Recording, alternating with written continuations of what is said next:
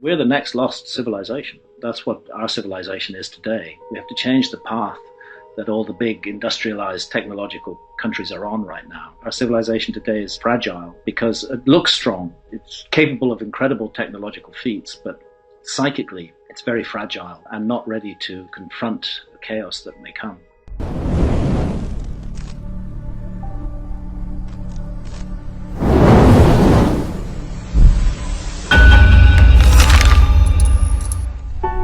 There is a heritage that the whole human race has received from the lost civilization of prehistory, and I think Atlantis is a really good name for that lost civilization because fundamentally it does come to us from Plato, the earliest surviving account of it.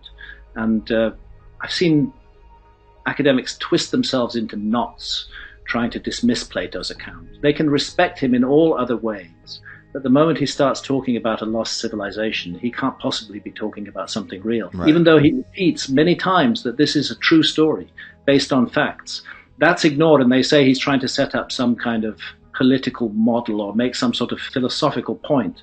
Anything rather than admit that he's reporting true history. Their technology was very different from ours, that it was based on latent faculties of the human mind that have relapsed in our civilization today, but that were highly prominent in the past. And that the human mind is capable of far more than we give it credit for. It doesn't have to be mediated through machines or leverage in the way that it is in our society. The human mind can have a direct impact on physical reality. We've all had experiences of telepathy, and it isn't absurd to suggest that that ability could be magnified with training and with focus upon it.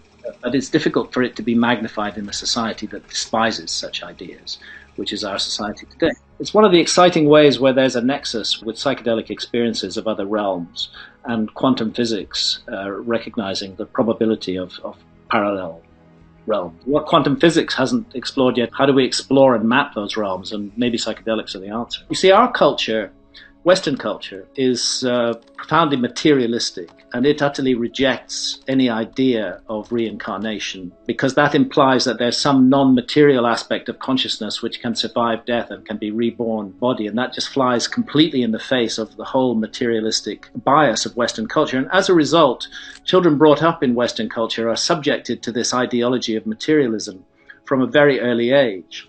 But what Ian Stevenson found is that up to the age of about 7, and he documented this in an extremely scientific way, up to the children who remember past lives is the title of the book, up to the age of about 7, many children in many different cultures have memories of past lives.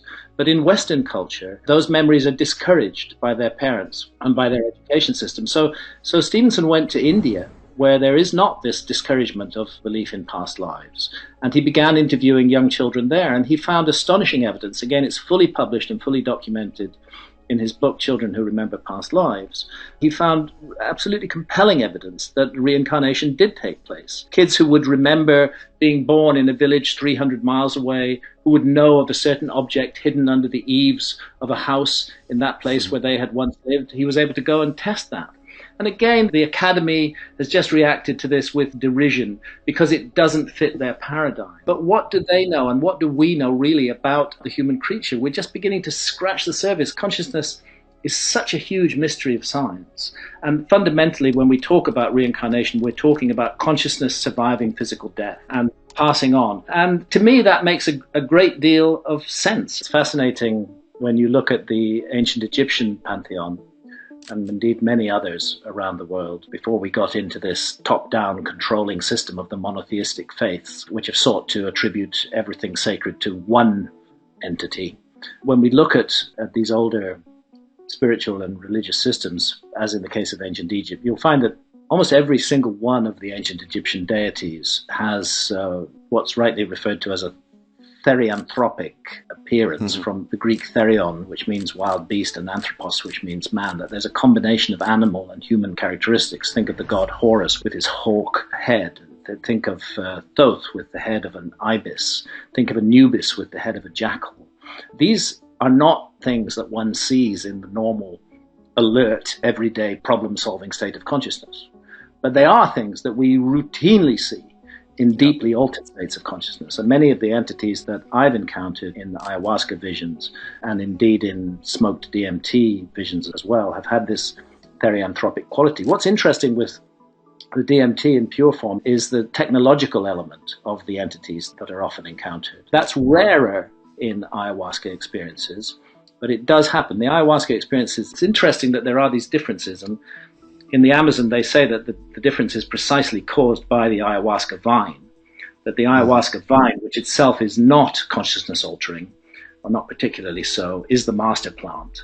And that it's harnessing the leaves that contain the DMT to give us this experience. So it's interesting that when mediated with the ayahuasca vine, the realm that one enters is often very jungly and full of serpents and full of jaguar and panthers, very jungly, organic realm. Whereas quite often with smoked DMT, it's a very mechanical realm where the entities seem like machines, and powerful machines by all means, but machines still, and have this trickster quality about them. But there have been times on my ayahuasca journeys where it's flipped over into a very technological DMT type of dream. And I don't know I just don't know what these things are or what is going on. I don't think anybody does. But I think it merits much further investigation. These experiences, I think, have been fundamental to human culture over tens of thousands of years. And for our society, which is really just the sort of fingertip on the end of the long arm of human culture,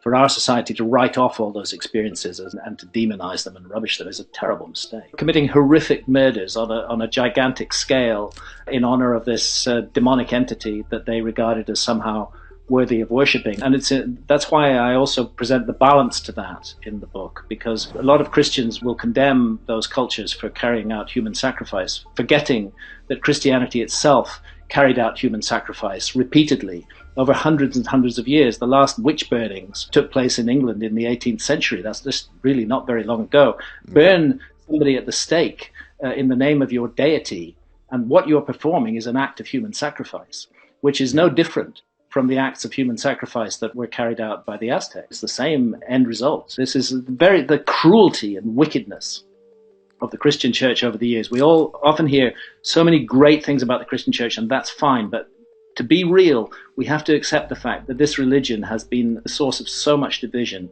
and so much cruelty in the world over so long that we really need to ask ourselves, what is that thing that we're calling God?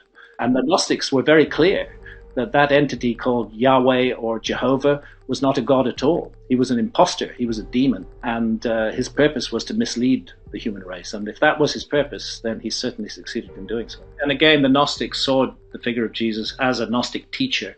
They didn't see him as divine. They saw him as a teacher. We're all the sons of God in that sense, or the daughters of God. But unfortunately, what we're dealing with in the big monotheistic faiths is an entity that seeks to mislead humanity. And that can be shown from the works of these religions and the harm and the damage that they've caused. And I know that what I'm saying is going to be outrageous to large numbers of people, but just think about it. Just think about the cruelty of the Christian church and the burning at the stake of its opponents over centuries and centuries. And ask yourself, can this really be excused? Can the religion be excused for that? Many people say, well, that happened then, but it's not true Christianity. Well, I'm afraid it is true Christianity. And if that religion cannot deal with its own baggage, then it's not going to go very much further. What's often forgotten is that DMT is a natural brain hormone. It's present in all human beings and in fact in almost all animal life, but usually in subpsychedelic quantities. So some people may have a bit more of it than others, and it may just open those doorways that are normally closed for most of us without the help of psychedelics.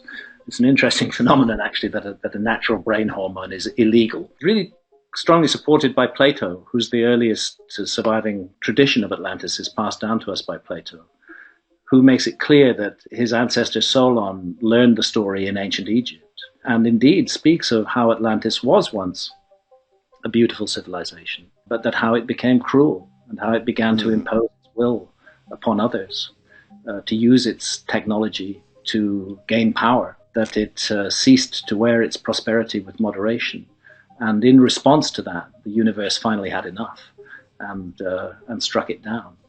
I think the balance between human beings and the universe is something else that's ignored in our civilization today. We are part of the universe, and our behavior and even our thoughts have universal implications that we are taught to ignore at our peril. It's not an accident that singing is also a hugely important part of the ayahuasca journey, particularly in the Amazon. The Icaros that the shamans sing there guide the journey. They're like a road through that realm. Anybody who wants to critique my work can have a full view of everything that I've done since the 1990s, and I won't go back and edit anything. But what puzzles me is that in most of the attacks that have been made on my work, the archaeologists and their friends in the media who are attacking me talk only about Fingerprints of the Gods, which I published 27 years ago, and don't talk a word about Magicians of the Gods or America Before, because they know they're on more difficult ground there. The only story that the mainstream media want to write about me is that Hancock is a crackpot, he's dangerous, and he's misleading the public. That's the only story they want to tell. One of the things that gives me hope is the way that young people and even young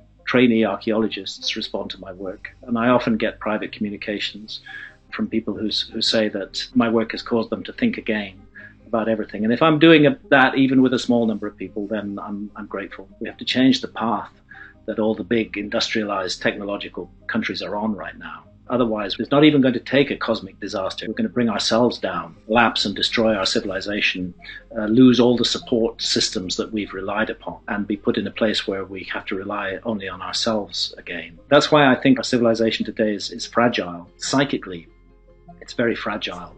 Thanks for watching. And if you get value out of this video in any way, hit that like button for me. Share it with a friend. And if you're new here, don't forget to subscribe. Otherwise, keep an eye on it. Stay blessed.